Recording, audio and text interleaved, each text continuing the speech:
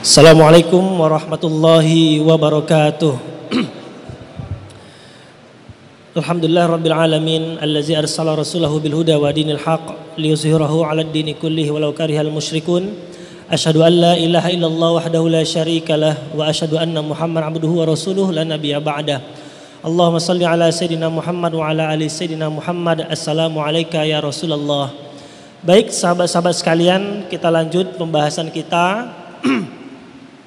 Wabil khusus apa yang semestinya seorang pemuda harus lakukan, ya, dan apa yang mestinya harus kita persiapkan untuk menghadapi masa-masa muda ini sehingga kita tidak tergolong manusia yang merugi, ya.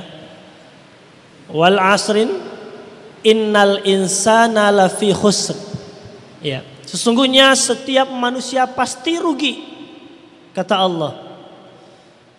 Kalau nggak mau rugi, nah illa kata Allah.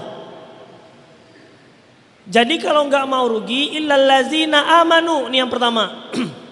Mesti mulai masa muda mesti menanamkan keimanan yang kuat dan kokoh. Sejak kapan? Sejak muda. Sejak kapan? Khususnya bagi teman-teman yang udah akil baligh. Ini kan insya Allah kalau saya lihat abang-abang sama kakak-kakak ini kan insya Allah sudah baligh semua. Sekarang ini anak laki-laki, mohon maaf, mimpi besarnya kira-kira kelas berapa? Ini yang bapak-bapak ini yang udah punya bapak, punya anak. Anak laki-laki sekarang udah balik, udah mimpi besar, itu kira-kira kelas berapa? SMP kelas 2. Iya. Wanita, anak-anak gadis bahkan lebih cepat daripada pria. Saya punya keponakan itu, hari ini keponakan saya 30 orang. Emak saya punya cucu 33 orang menjelang 35. Saya perhatikan yang perempuan itu biasanya lebih cepat dia dewasanya daripada laki-laki.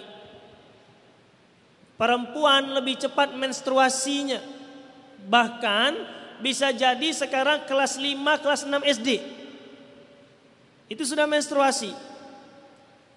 Artinya apa? Menanamkan keimanan yang kokoh, yang kuat, yang lurus ini mesti sedari dini. Bapak Ibu yang kita memiliki anak-anak, mumpung belum terlambat, maka anak-anak kita mesti ditanamkan keimanan yang kokoh. Bukan tidak mungkin nanti di usia dia tua atau bahkan mungkin SMP, SMA, dia akan berhadapan dengan perang pemikiran yang dia sendiri ragu dengan keimanannya. Pernah saya ceritakan juga di masjid yang lain. Suatu ketika ada seorang ibu sama suaminya menggedor-gedor pintu seorang ustaz yang tinggal di Panam. Mereka kedua orang tua ini gedor-gedor pintu. Ustadz, Ustadz, Ustadz katanya. Ada apa? Dikirain ada yang kesurupan. Rupanya apa? Rupanya anaknya kelas 2 SMA. Murtad, keluar dari Islam. Wahai ibunda, wahai ayahanda, bagaimana keimanan anak-anak kita hari ini? Bagaimana keimanan putra-putri kita hari ini? Kelas 2 SMA, dia mengatakan bahwa dia keluar dari Islam dan kemudian dia beriman kepada selain Allah Subhanahu wa taala. Maka dari itu bukan tidak mungkin, hati-hati, mohon maaf. Perkara keimanan ini menjadi syarat pertama dan utama. Hilang iman, selesai wassalam. Perkara iman inilah yang nanti akan menentukan kita di sisi Allah Subhanahu wa taala dan Rasulnya. Maka dari itu, mumpung masih muda, ini saya lihat ada yang SMP, ada yang SMA, ada yang mahasiswa, tanamkan keimanan yang benar-benar kokoh dalam diri kita. Keimanan yang seperti apa, Ustadz? Keimanan kita kepada Allah, keimanan kita kepada Rasulullah, keimanan kita kepada kalamullah, keimanan kita kepada perkara-perkara keimanan yang wajib kita imani, sahabat-sahabat sekalian. Persoalan keimanan ini mesti tasdiqul jazm, mesti benar-benar mantap, mesti benar-benar totalitas. Tidak ada yang boleh ada keraguan di dalam dada kita terkait keimanan. Yang kedua, ya, illal ladzina amanu wa amilus solihat. Mesti masa muda ini selain diperkokoh keimanan yang kuat, ini penting ini, mengisi hari-hari dengan agenda-agenda amal soleh.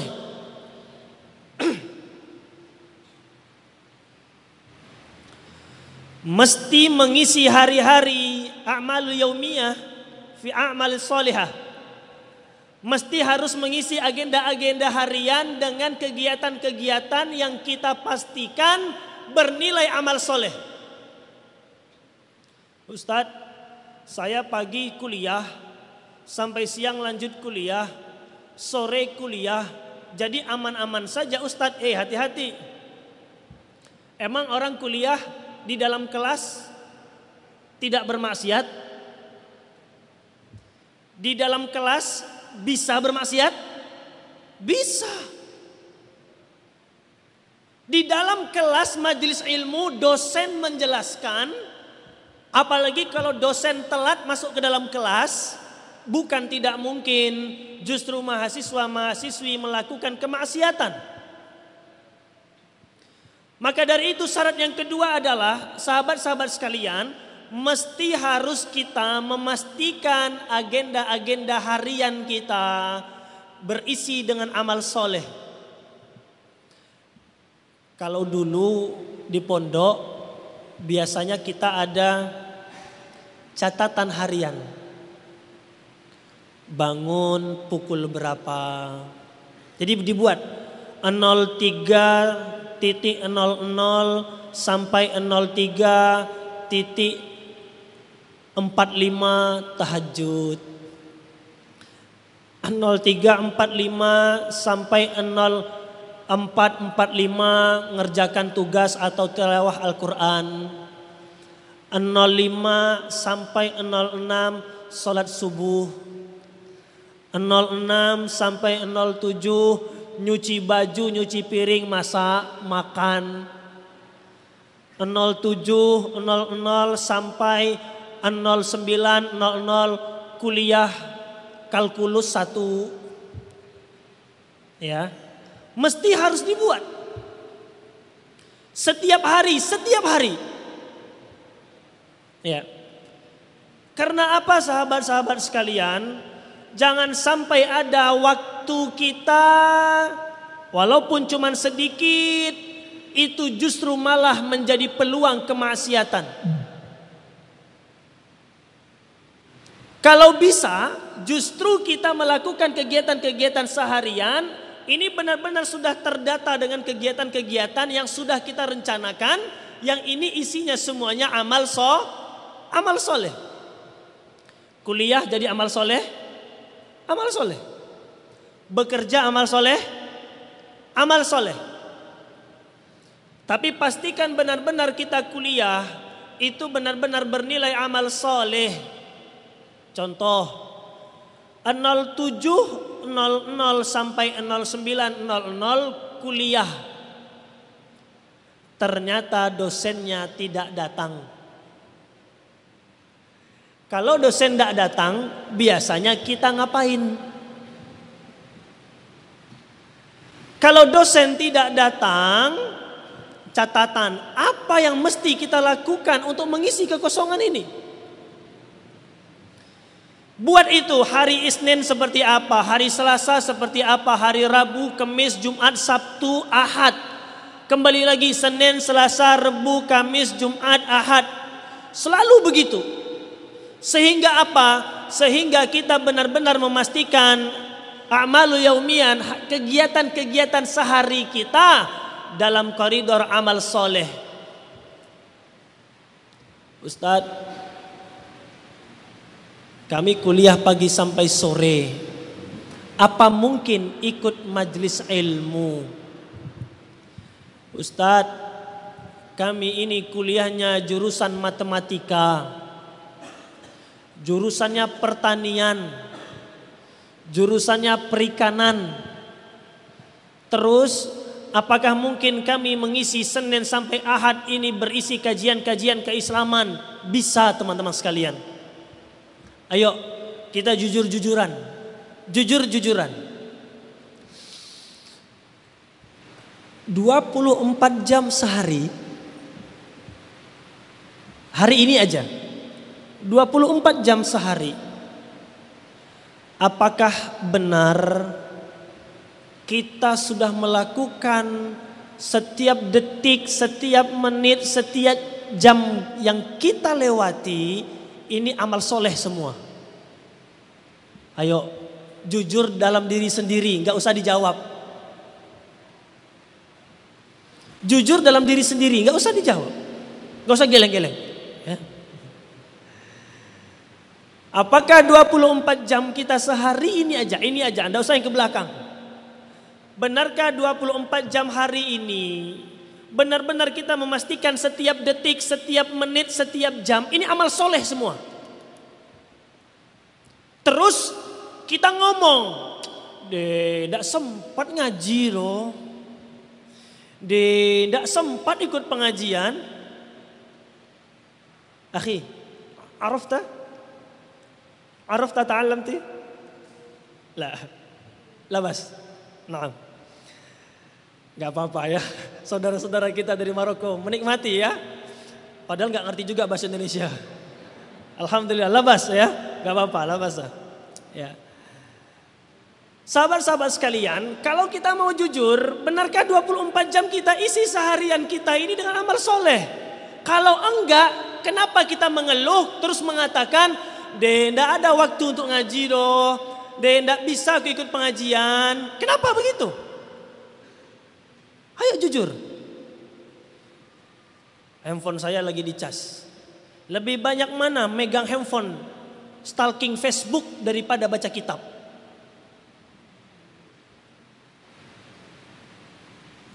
Ayo jujur. Lebih banyak mana kita stalking Instagram orang, stalking Facebooknya mantan? Hah? Atau lebih banyak membaca kitab-kitab, buku-buku majelis ilmu? Terus kita berani bilang, Ustadz kayaknya gak ada waktu Ustadz ikut pengajian. Ayo bro, jujur. Mau tidur, mata ini dah mau begini. Sempat juga masih begini lagi. Sampai tertidur handphone tuh begini handphonenya.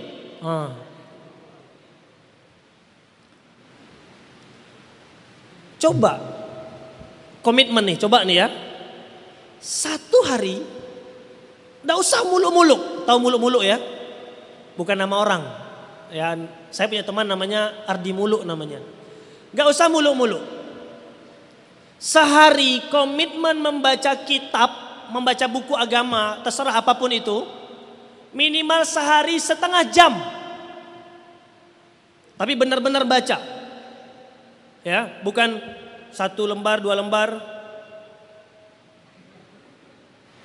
Ya, bukan. Benar-benar setengah jam baca dari awal. Oh, udah setengah jam, dah tutup. Sehari setengah jam aja, komitmen. Siap? Saya nggak dengar, siap? Saya nggak dengar, siap? Oke. Ya, komitmen. Kalau hari ini belum ada baca buku setengah jam, punishment kepada diri kita, beri sanksi kepada diri kita. Mesti harus sedekah dulu nih. Sanksinya harus amal soleh juga. Barulah kita berani ngomong kayaknya memang gak ada waktu Ustaz. Setengah jam aja. Sahabat-sahabat sekalian, kalau kita tidak mau merugi yang pertama tadi, illal ladzina amanu, mesti keimanan ini mesti dipegang. Walaupun memegang keimanan kita hari ini seperti memegang bara api. Walaupun kita hari ini memegang Islam ini seperti memegang bara api, dilepaskan panas, dilepaskan hilang iman, dipegang iman ini panas. Gak apa-apa, yang penting tetap pegang iman ini. Yang kedua, illal ladzina amanu wa amilus shalihat. Mesti kita harus mengejar amal-amal soleh. Baik itu yang wajib, mesti harus kita kerjakan wajib. Sunnah kita kejar semampu kita untuk melakukan sunnah-sunnahnya Rasulullah SAW. Dan pastikan hari-hari kita berisi dengan kegiatan-kegiatan yang bermanfaat dunia akhirat. Ustadz, timbul pertanyaan, pengajian mana yang harus diikuti Ustadz? Ini sering terjadi. Saya sampaikan kepada sahabat-sahabat sekalian, Bapak Ibu, ikutilah majelis-majelis ilmu dimanapun itu. Tafadhol. Silakan ikut-ikut kajian, majelis ilmu dimanapun itu. Ya, ini malam Sabtu, malam Ahad sama malam Senin. Ini yang ramai ini karaoke. Betul Bu? Iya. Yang ramai kalau malam Sabtu, malam Ahad, malam Senin, ini di mana? Di tempat-tempat bioskop, biliar, kafe-kafe dan lain sebagainya. Dan mohon maaf, bukan sedikit yang masuk ke dalam ruangan karaoke itu, yang masuk ke dalam ruangan-ruangan diskotik itu, yang menghabiskan waktu-waktunya di ruangan-ruangan kafe tersebut, itu adalah anak-anak muda Pak. Dan mohon maaf, tidak sedikit yang nongkrong di situ. Ya, justru hati-hati. Jangan gampang menyesatkan, jangan gampang mengatakan kafir kepada saudara-saudara sesama muslim. Mumpung masih muda, sekali lagi saya katakan, mumpung masih muda, ikuti majelis ilmu yang ada. Sehingga apa? Sehingga kita benar-benar menjadi santri, menjadi jamaah yang benar-benar menimba ilmu itu dengan adil. Harus adil. Saya punya teman-teman jamaah tablik, sahabat karib saya, Maulana Hanif bin Marzuki, sahibi. Jamaah tablik. Bagaimana menurut Ustadz Maliki jamaah tablik? Khair. Saya gak berani menyesat-nyesatkan, gak berani. Karena apa? Karena saya hadir dalam majelis teman-teman jamaah tablik. Saya punya sahabat orang jamaah tablik, hafiz Quran 30 juz. Gak berani saya menyesatkan. Ada orang belum pernah ikut majelis jamaah tablik, terus kemudian belum pernah punya teman jamaah tablik, terus ditanya, bagaimana menurut antum jamaah tablik? Sesat. Bid'ah dari mana? Tidak bisa. Maka dari itu sahabat-sahabat sekalian, mumpung antum muda. Ini kan masih ada yang kuliah, masih ada yang SMA, masih ada yang SMP. Termasuk bapak-bapak, ada yang nanya ke saya. Syukran. Oke. Ada suami istri nanya ke saya. Dia bilang, Ustadz, anak saya kuliah di Jawa. Terus dia diajak ikut pengajian-pengajian. Ya. Bagaimana menurut Ustadz? Apa jawab saya? Yang pertama, anaknya jangan dilarang. Karena anak pengen ikut pengajian itu amal soleh. Daripada anak ikut nongkrong di karaoke, itu lebih pusing ibu. Yang kedua, sampaikan kepada anak, ikutlah pengajian dengan adil. Maksudnya gimana Ustadz? Suruh anak kita untuk aktif ikut berbagai pengajian agar anak itu menjadi adil. Sehingga dia bisa menimbang, oh saudaraku jamaah tabligh seperti ini, oh saudaraku salafi seperti ini, saudaraku Hizbut Tahrir seperti ini, Ikhwanul Muslimin seperti ini. Oh nahnu muslimun, kita semuanya kaum muslimin, selesai. Ini karena masih muda, ngajinya di satu tempat pengajian, tidak pernah ikut pengajian yang lain, sehingga kalau ditanya tentang yang lain langsung mengatakan yang lain sesat. Ini berbahaya.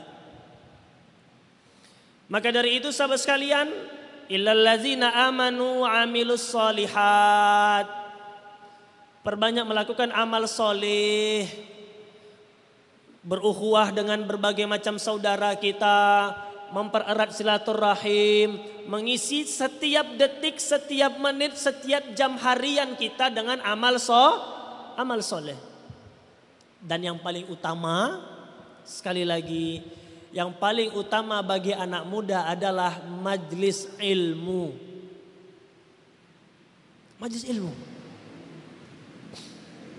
Sekali lagi, yang paling utama bagi anak muda adalah majlis ilmu. Hadiri majlis ilmu, hadiri. Dengan berbagai macam ustadz, dengan berbagai macam pengajian. Dan yang jelas jangan Syiah. Apalagi Ahmadiyah. Apalagi Lia Eden. Nah selesai udah. Ya, na'udzubillah min zalik. Yang ketiga, yang terakhir. Panitia bilang ustadz 6 menit lagi tanya jawab. Ya. Yang ketiga, anak muda, teman-teman sekalian. Kalau kita sudah menguatkan iman kita, ibu-ibu, bapak-bapak, tanamkan keimanan yang kuat di dalam dada anak kita. Yang kedua, sibukkan anak dengan amal soleh. Makanya saya menikah, ini saya sampaikan ke bapak ibu dan teman-teman sekali lagi yang mau menikah. Ya mau lah Ustaz, masa enggak mau kata dia. Saya komitmen mafi televisin fil bait. Mafi televisin fil bait. Mafi. Enggak ada TV di rumah. Karena apa? Kalau udah TV di rumah, udah anak akan sibuk dengan TV. Tapi sibukkan anak dengan apa? Dengan mengakrabkan dengan orang tuanya, dengan membantu orang tuanya, bergerak dia aktif, dia kemudian beraktivitas, sehingga apa? Dia tidak monoton dengan TV. Itu kalau anak kita kecil. Kalau anak sudah besar lagi, sudah remaja, ajak seret anak kita dalam majelis ilmu. Pertemukan anak kita dengan ulama-ulama. Pertemukan anak kita dengan pesantren-pesantren. Ajak dia sejak kecil. Nah, yang terakhir, illal ladzina amanu wa amilus solihati wa tawassaw bil haqqi wa tawassaw bis sabr. Mesti sahabat-sahabat sekalian, isi masa muda kita ini berkumpul dengan orang-orang soleh. Nongkrong dengan teman yang suka menasehati. Nongkrong dengan teman yang suka mengingatkan. Bukan dengan teman yang justru memfasilitasi kepada kemaksiatan. Mau kemana kau malam minggu nih? Aku mau ke karaoke nih ha. Pakailah Honda aku nih ha, kata dia. Ya. Isi berteman kita dengan orang-orang yang mau melakukan aktivitas tawasau bil haq wa tawasau bis sabri. Isi aktivitas kita ini berteman, berkumpul dengan orang-orang yang mengingatkan kita. Minggu kemarin saya nggak lihat kamu di pengajian. Kemana ya? Oh, ini teman peduli sama kita. Jangan lupa ya pengajian malam ini di Masjid Raya Pekanbaru. Oh, ini teman mengajak kepada kebenaran. Karena apa sahabat-sahabat sekalian? Kita ini tergantung dengan siapa kita berteman. Kita ini tergantung dengan siapa sahabat-sahabat kita. Kalau sahabat kita ini adalah orang-orang yang senang hadir dalam majelis ilmu, senang untuk mengingatkan, menasehati, insya Allah kita juga akan kecipratan nasihatnya. Kita juga akan kecipratan amal baik, amal solehnya. Tapi kalau teman-teman kita ini justru mengajak kepada kemaksiatan, wassalam dah. Selesai sudah bang. Kita mau amal soleh, teman kita bilang, bantu ang lai kecil. Betul ya? Mau kemana? Pengajian. Malam minggu pengajian. Iyo pengajian. Di mana? Di Masjid Raya An-Nur. Bantu laji lo ngomong gitu. Ya. Orang akan mencemeh kita. Tapi kalau kita punya sahabat yang mendukung, sahabat yang mengingatkan, sahabat yang menasehati, kalau kita mau melakukan amal soleh, justru dia akan support kita. Dan kegiatan-kegiatan ini akan membuat karakter pada diri kita. Kalau sudah keimanan kita yang kuat, kalau sudah kita mengisi hari-hari kita dengan amal soleh, dan kita sudah terbiasa dengan saling mengingatkan dalam kebenaran dan kesabaran, insya Allah ini kita sudah mengisi masa muda kita dengan apa yang Allah ridhoi. Amin amin ya rabbal alamin.